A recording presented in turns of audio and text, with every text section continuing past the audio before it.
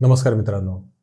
आज आपण अतिशय महत्त्वाच्या टॉपिकवरती बोलतोय. ते म्हणजे आपल्या मनामधला असलेला तुलनेचा भाव. तुलना आपण का करतोय? आणि तुलना केल्याने काय होतं? याच्याबद्दल पहिल्यांदा थोडंसं. तुलना आपण सध्या सोशल मीडिया, पॉर्न कंटेंट, सहवासामध्ये असलेले अ, चांगले वाईट लोक यांच्यामुळे आपल्याला सातत्याने कोण काय करतंय, कोण काय करतंय याची सातत्याने माहिती मिळते. आणि ते नॅचरली एनालिटिक आपल्याकडे पॉवर असल्यामुळे मग आपण काय करतोय? अशा पद्धतीने लोकं किंवा त्यांचं ब्रेन अभ्यास करतं आणि आपल्याला माहिती पुरवतं, की हे असं होतंय, तिथे तसं होतंय, तिथे तसं होतंय. वस्तुस्थितीमध्ये आपण आपल्या आयुष्यामध्ये या सगळ्या गोष्टी घडवून आणू शकत नाही आणि ते आपल्यासाठी आवश्यकही नाही, हे आपल्या मेंदूला कळत नाही. आपला मेंदू आपल्याला फक्त हे सांगत राहतो, तर इथे या पद्धतीचं प्लेजर आपल्याला मिळेल, इथे या पद्धतीचं प्लेजर आपल्याला मिळेल, इथे ही गोष्ट खूप वॉव आहे. अशा पद्धतीचे ट्रिगर्स हे मेंदू आपल्याला प्रोव्हाईड करतं आणि एक सबकॉन्शियसली आपल्यामध्ये भावना निर्माण करतं, की अरे हे प्लेजर्स तुला सुद्धा अनुभवायला पाहिजेत. तू सुद्धा या सगळ्या गोष्टी मिळवण्याचा हक्कदार आहेस. आणि त्याच्यानंतर माणसाचा प्रवास सुरू होतो, की आपण हे कसं मिळवू शकतो? भरपूर वेळा ज्या सोशल मीडियावरती अनावश्यक अ, हौस मौजा चाललेल्या असतात. प्रचंड ट्रॅव्हलिंग, वेड्यासारखं हादडत राहणे सगळीकडे आणि जो काही फालतूगिरी अ, चा नाच चाललेला असतो, हे आपण बघत असतो. आपल्याला असं दिसतं, की समोरचा माणूस खूप एन्जॉय करतोय आणि अशी भावना येते, की कदाचित आपण पण एन्जॉय करू आणि कदाचित नाही करणार, पण एकदा एक्सपिरियन्स तर करू. याच्यातनं आपल्या मनामध्ये आपण कुठेतरी कमी पडत आहोत, ही भावना जास्त बळावते. आणि दुसरी गोष्ट, की या तुलना ही इथपर्यंत सीमित नाहीये, की आपल्याला काहीतरी मिळवायचंय किंवा आपण काहीतरी गोष्ट एन्जॉय करतोय, करू शकतोय किंवा आपण ही गोष्ट इन फ्युचरमध्ये एन्जॉय करू, इथपर्यंतच ते थांबत नाही. आता माणसाला एक नवीन प्रकारचा दोष निर्माण झालेला आहे, की आता प्रत्येक गोष्टीसाठी माणसाला इन्स्पिरेशनची गरज लागते. आणि ते सगळे इन्स्पिरेशन्स आपल्या बाहेरनं आपल्याला मिळतील, की मग आपण त्याच्यावरती काम चालू करू. अशा पद्धतीची गरज, अशा पद्धतीची बांधिलकी, अशा पद्धतीचं एक डिपेंडन्सी माणसाच्या मनामध्ये निर्माण झालेली आहे. आज ChatGPT, Google Gemini आणि वेगवेगळ्या पद्धतीचे एआय असिस्टंट ह्याच्यासाठीच जास्त प्रभावी वाटतायत. कारण ते आपल्याला एक रेफरन्स पॉइंटपर्यंत घेऊन जातायत. आणि त्याच्यानंतर त्या उपलब्ध सोर्समधनं आपण आपल्या विचारांना चालना देऊ शकतो. कुठल्याही नवनिर्मितीची सुरुवात ही आपण स्वतःपासून करूच शकत नाहीये. कारण त्या गोष्टीची आपल्याला सवयच राहिलेली नाहीये. आपल्याला कुठल्यातरी गोष्टी पाहिल्यानंतरच आपल्या मनातनं काहीतरी भाव निर्माण होतात. हे खूप अननॅचरल नाहीये. कारण आपण निसर्गामधल्या सुद्धा गोष्टी बघतो आणि मग त्याच्यातनं आपण व्यक्त होतो. पण जे एआयच्या माध्यमातनं आणि या बाकीच्या गोष्टींच्या माध्यमातनं जे गोष्टी होतायत, त्याच्यामध्ये माणसाचा नवनिर्मितीचा जो विचार आहे, तो पूर्णपणे ध्वस्त होत चाललेला आहे आणि माणूस अजून जास्त डिपेंडंट होत चाललेला आहे. आता या तुलनेने काय होऊ शकतं? तर आपण डिपेंडंट होऊ शकतो प्रत्येक वेळेला, की माझा आनंद कशामध्ये आहे? तर जो माझा आयडॉल आहे किंवा माझा जो रेफरन्स पॉइंट आहे, की जो माझ्यासाठी आदर्श आहे, तो जे करतोय ते मी करायला सुरुवात केली, तर ते मला जर करता यायला लागलं, ते आर्थिक क्षमतेने असेल, शारीरिक क्षमतेने असेल, ते मी जर करू शकलो, तर मी यशस्वी आहे. ही जी कंपॅरिझन आहे, त्यांनी माणसाची प्राप्त काहीतरी करण्याची जी इच्छा आहे, ती संपत नाही. कारण ती समोरची जी व्यक्ती आहे, ती जर जे करते ते पूर्णपणे जर मी अचीव्ह केलं, तर त्याच्यानंतर त्याच्या वरचं सुख, त्याच्या वरचं आनंद आपण शोधण्याचा प्रयत्न करतो. आपले आयडल्स बदलतात. आपल्या आनंदाच्या व्याख्या बदलतात. आणि मग हा जो चेस करणं आहे आनंद, हा संपतच नाही.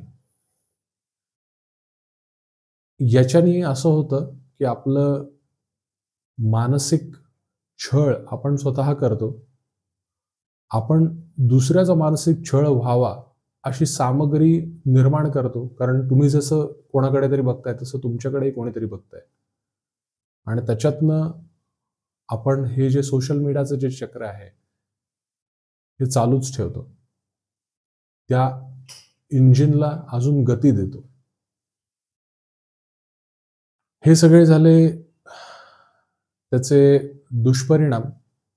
त्याचा वैयक्तिक दुष्परिणाम हा सगळ्यात मोठा आपण जर विचार केला, तर आपल्याला जाणीवेने एखादी गोष्ट आवडणे हे ऑलमोस्ट संपलेलं आहे. आता समोरचा माणूस काय आनंद एन्जॉय करतोय, तोच आनंद मला आता फक्त घ्यायचा आहे. अशा पद्धतीची व्याख्या आनंदाची आणि खूप संकुचित दृष्टिकोन हा माणसाचा झालेला आहे. इनफॅक्ट आता लोकांचे चॉईसेस सुद्धा इतके नॅरो झालेले आहेत, की एकाच पद्धतीचा टी शर्ट, एकाच स्टाईलचे कपडे, एकाच पद्धतीचे गायक, एकाच पद्धतीचे चित्रपट, असं एक संकुचित माणसाचं हे झालेलं आहे. आणि चित्रपटामध्ये तर आत्ता आपण बघतोच काय दुरावस्था झालेली आहे, की जे नवनिर्मिती करण्यासाठी जे प्रोफेशनल आहेत, ते सुद्धा खूप जास्त काही निर्माण करू शकत नाहीयेत नवीन.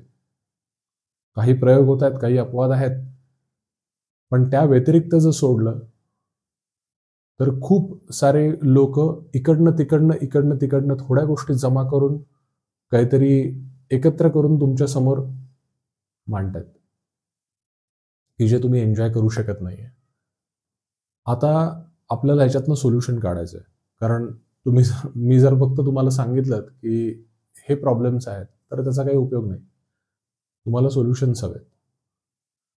तर सोल्युशनमध्ये सगळ्यात पहिल्यांदा आपण ज्या वेळेला कुठल्याही गोष्टीचा आस्वाद घेतो, त्यावेळेला स्वधर्माची जाणीव असणं आणि कर्तव्याची जाणीव असणं हे खूप महत्त्वाचं आहे.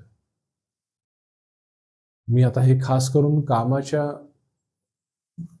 ठिकाणी बघतोय आणि त्याच नंतर माझा स्वधर्म हे मी माझ्या प्लेजरच्या ठिकाणीही मांडून दाखवेन. पहिला आपण जर कामाच्या ठिकाणी जर बोललो, तर हा अशा पद्धतीचं वागतो आणि त्याला ते मिळतं, ही भावना न ठेवता माझं काम नियोजित काय आहे, ते काय पद्धतीने करणं अपेक्षित आहे आणि मी ते माझ्या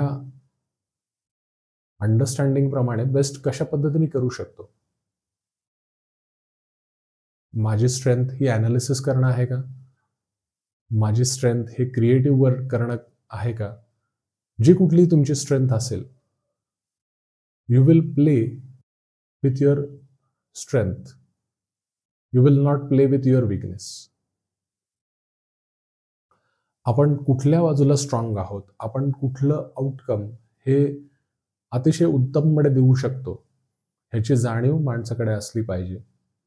आज समजा एखाद्या क्षेत्रामध्ये जास्त मागणी आहे आणि तिथे जास्त पगार मिळतोय, पण त्या गोष्टीमध्ये तुम्हाला अजिबातच इंटरेस्ट नाही, तर माझा आत्ताचा पगार आणि माझ्या मित्राला मिळणारा जो पगार आहे या पर्टिक्युलर क्षेत्रामध्ये, तो अजून खूप जास्त आहे.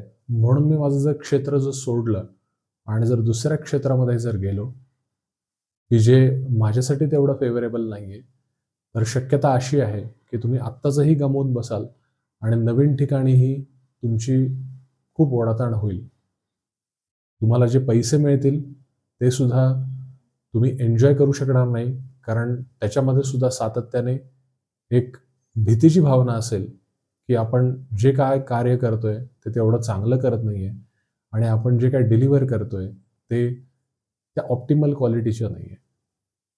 त्याच्यामुळे तुम्हाला ज्या गोष्टीमध्ये इंटरेस्ट आहे, यालाच एक वेगळं नाव आपण पॅशन म्हणतो. त्यालाच आपल्या भारतीय संस्कृतीमध्ये स्वधर्म असं म्हणतात. स्वधर्म याचा खरा अर्थ एक तुमची स्वतःची जबाबदारी किंवा कर्तव्य असं सुद्धा आहे. पण हे कर्तव्य हे मूलतः तुमच्या स्वभावाशी, तुमच्या मूलभूत गुणधर्मांशी कनेक्टेड आहे. त्याच्यामुळे त्याच्याशी तुम्ही कनेक्टेड राहणं, तुमच्या स्वधर्माशी कनेक्टेड राहणं, तुमच्या स्ट्रॉंग पॉइंट्सचा अभ्यास करून त्याच्यावरती काम करणं, त्याच्यामध्ये कॉन्ट्रीब्यूट करणं हे तुमच्यासाठी सर्वात जास्त श्रेयस्कर असेल. आणि त्याच्यानंतर एकदा स्वधर्माप्रमाणे एकदा तुम्ही वागायला लागलात, तर त्याच्यानंतरचं अतिशय महत्त्वाचं जे तुलना या विषयावरती आपण बोलताना हे करणार आहोत, ते म्हणजे माझी स्वतःची जी तुलना आहे ती मी स्वतःशी करणं खूप आवश्यक आहे. तुलना करायला काहीच हरकत नाही, पण ती स्वतःशी करायला पाहिजे. का? तर भरपूर वेळेला आपण ज्यावेळेला योग्य ट्रॅकवरती असतो त्यावेळेला आपण चांगली प्रगती करतो. आपण एक गोष्ट ठरवतो आणि एखाद्या प्रोजेक्टमध्ये आपण एक ठराविक ड्युरेशनसाठी काम करतो, खूप चांगली प्रगती करतो, तो प्रोजेक्ट संपतो आणि त्यानंतर दुसऱ्या प्रोजेक्टमध्ये आपण ज्यावेळेला काम करतोय त्यावेळेला असं होऊ शकतं की आत्ता आपण थोडंसं डिस्ट्रॅक्टेड आहोत. त्यावेळेला आपण आपल्या पाठीमागच्या प्रोजेक्टमध्ये जे आपलं काम केलेलं आहे त्याच्याशी आपण जर तुलना करत राहिलो तर आपल्याला या गोष्टीची जाणीव होईल की आपण आपल्या कामामध्ये पुढे जातो आहे का पाठीमागे राहिलेलो आहे.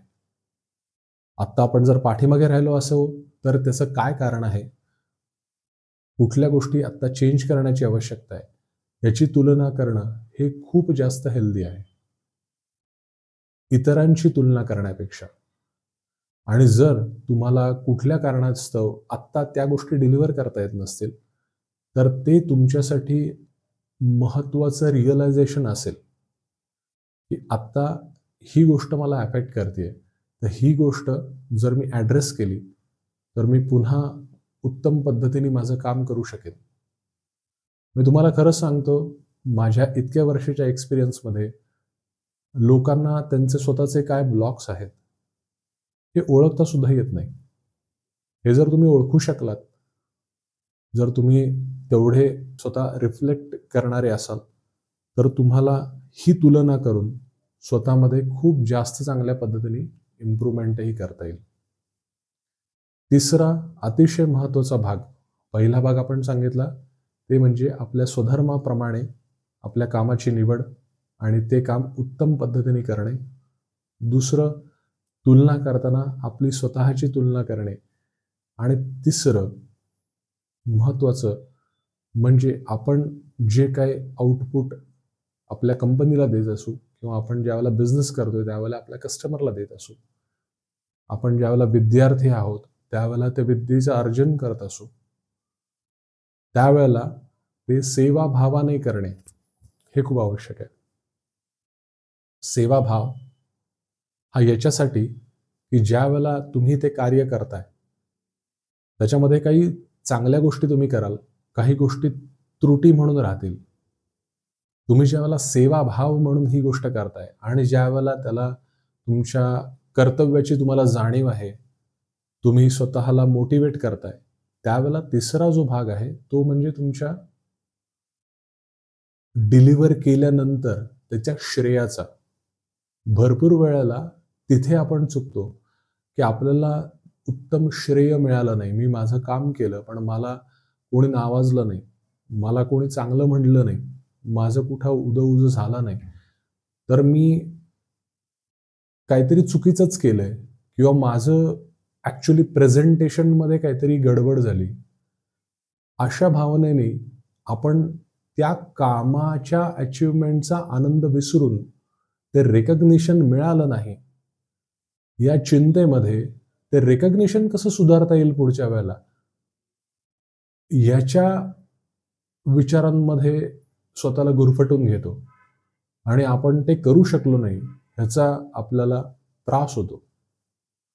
याच्यातनं बाहेर पडण्याचं अतिशय सिंपल सोल्युशन असं आहे की ज्या वेळेला तुम्ही एखादी गोष्ट करताय त्यावेळेला ज्याप्रमाणे श्रीकृष्णाने सांगितलंय भगवद्गीतेमध्ये की निष्काम पद्धतीने त्या गोष्टीचा ती गोष्ट पूर्ण करा की मला ह्याच्यातनं काही नकोय. मग मी एन्जॉय काय करणार आहे? तर एन्जॉय करणार आहे मी ती प्रोसेस की जी माझ्यासमोर घडतीये. की मी प्रोजेक्टच्या सुरुवातीला मला काहीही माहिती नव्हतं, प्रोजेक्ट शून्यामध्ये होता. त्यानंतर मी एक एक गोष्टी त्याच्यामध्ये ॲड करायला सुरुवात केली. त्याच्यामध्ये मी अनेक लोकांशी बोललो. माझं प्रोजेक्ट करत असताना मी जे प्रॉब्लेम्स ठरवले होते सॉल्व्ह करण्यासाठी ते मी सॉल्व्ह केले आणि ते मला करता आलं. ही क्षमता माझ्यामध्ये निर्माण झाली. ते मी डिलिव्हर करू शकलो आणि त्याच्यानंतर आज त्याच्याने अनेक लोकांचा फायदा होणार आहे. ही माझी सेवा झाली त्या कामाकडे.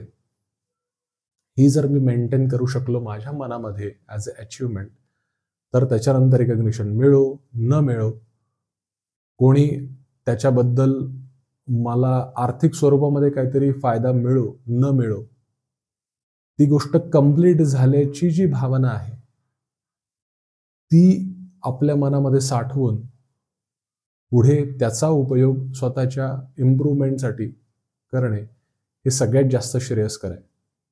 ज्यावेळेला तुमचा बिझनेस असेल त्यावेळेला तुम्ही जास्त रिझल्ट ओरिएंटेड असाल, त्यावेळेला तुम्हाला फक्त मनाची ही जी भावना आहे ही कदाचित सफिशियंट नाही राहणार. त्यावेळेला तुम्हाला ॲक्च्युअल रिझल्ट्स पण लागतील. तेच नोकरी करणाऱ्या व्यक्तींमध्ये सुद्धा आहे की रिझल्ट सगळ्यांनाच हवेत. तर रिझल्ट मेजरमेंट करणं हा ॲनालिसिसचा पार्ट आहे. रिझल्ट मेजरमेंट झाल्यानंतर पुन्हा त्याच्यातनं लर्निंग्स घेऊन आपण आपली जी डायरेक्शन आहे आणि आपण पुढे त्या गोष्टी कशा टॅकल करणार आहोत याचा आपण पुढे विचार करू शकतो. पण जी गोष्ट झालेली आहे, जी गोष्ट मी करणार आहे त्याच्यावरती त्याचा इम्पॅक्ट न होऊ देता त्याचा उपयोग हे आपल्या फ्युचर एन्हान्समेंटसाठी करणं हे खूप आवश्यक आहे. अशा पद्धतीने तुम्ही तुमच्या आलेल्या तुलना करण्याच्या भावनेला डील करू शकता. त्याच्यापासनं होणाऱ्या मनस्तापापासनं स्वतःला दूर करू शकता आणि स्वतःमध्ये हा बिलीफ निर्माण करू शकता की माझं जे काम आहे ते मला स्वतःला बीट करून स्वतःशी तुलना करून दररोज सुधारायचं आहे. मी स्वतःला प्रगतीसाठी बांधील आहे आणि जर मला रिवॉर्ड द्यायचं असेल तर मी ते स्वतः देईन. मला जर त्या गोष्टीची जाणीव झाली की मी खरोच इम्प्रूव्हमेंट झालेली आहे माझ्यामध्ये तर मी ते मला स्वतःला रिवॉर्ड करेन. मी दुसऱ्या कुठल्या लोकांच्या रिवॉर्डची वाट बघत बसणार नाही. अशा पद्धतीने तुम्ही डील केलं तर तुम्हाला फायदा होईल. मला एवढं सांगायचं होतं. जर तुमच्या काही क्वेश्चन्स असतील तर अवश्य तुम्ही विचारू शकता आणि आता इथंच थांबतो. पुन्हा भेटूया एका नवीन व्हिडिओसह. धन्यवाद.